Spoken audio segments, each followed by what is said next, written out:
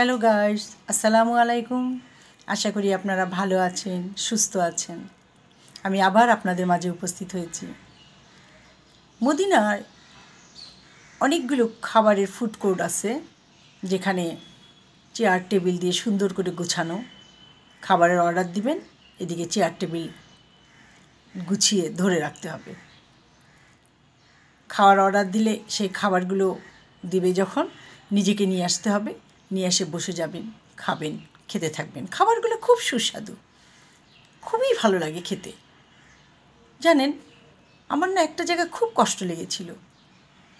যখন আমরা খাচ্ছিলাম আর খেতে গেলে খাবার যাই নেন আর দুটো করে রুটি ফ্রি। আপনি যদি শুধু সবজি চান, সবজি এটা ওটা নেন, তাও আপনাকে দুটো রুটি ফ্রি দিবে।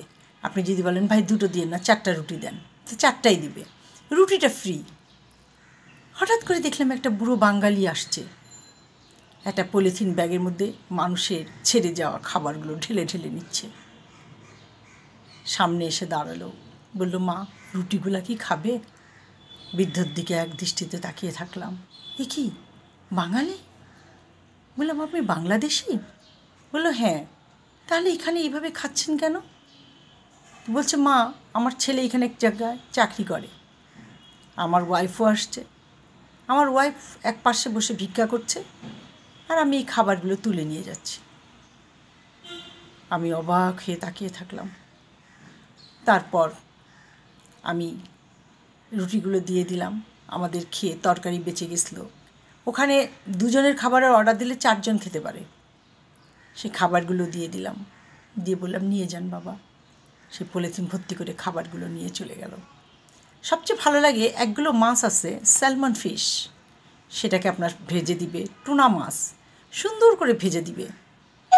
তার সাথে যে খাবারটা দিবে না বক্সে, 4 জন খেতে পারবে।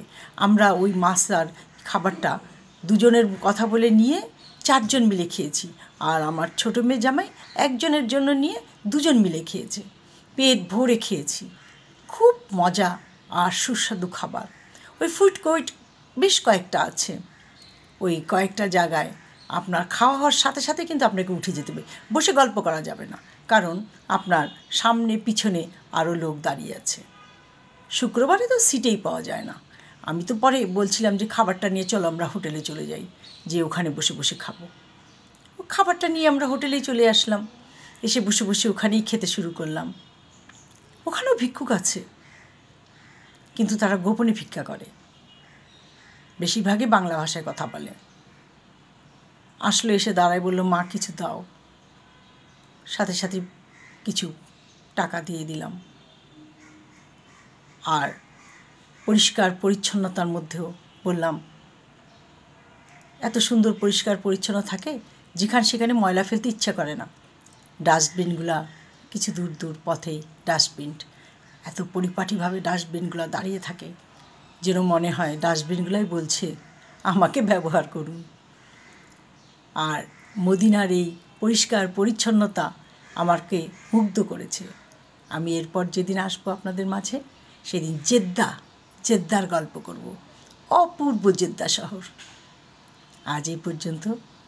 ভালো থাকেন, সুস্থ থাকেন। আল্লাহ হাফেজ।